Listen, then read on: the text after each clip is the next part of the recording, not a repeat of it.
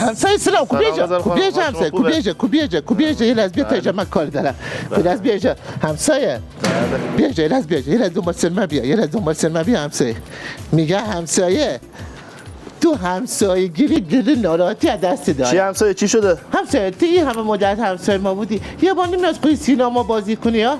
چرا همسایه گفتن خود شاید ناراحت بشین شما؟ چرا ناراحت بشم؟ اتفاقا من خوشحالم میشم جیبون خوب ورزشگاه خوشتیپ کی از خودش نیست یه تا مثل خود سیناش بازی کنه ها؟ همه دوست دارم با سینا شما بازی کنم ولی خب سینا خودش خجالت میکشه نمیاد. ببین سینای خود بزرگ هسته ولی دلی نداره قدیم دراز کرده بچه نادون خدا دوست داره همیشه میگه ما این بچه همسایه میاد تو کوچه ورزش میکنه من نمیخوام همراهشون بازی کنم این خجالتش میشه بیا جلو شما خودتون برین جلو بهش بگین سینا بیا خود ما بازی کن میای بازی میکنه خیلی بچه خوبی ها حالا چیکار مدو چی گفتی کار داشت والا همسایه حقیقتش ما یکی از دوستانمون موتورشو گرفتن گفتن شما یه آشنا داری تو کلانتری می‌خواستم ببینم میتونه کاری برام انجام بده. آشنایی داریم گردن کلفته مادرش میگه از روزی رفته سربازی خب؟ همه رو زده میگه فرمانداری که 2 بار زده الان تو برجک داره خدمت میکنه بچه پدرش گفته خدمتش تموم بشه میخواد صدای بچهش وا کنه بیا نه فیلمش هم نمیجا زنشون ببینم واسه نه بیا اینجا نه اتفاقا نه اینم عکسش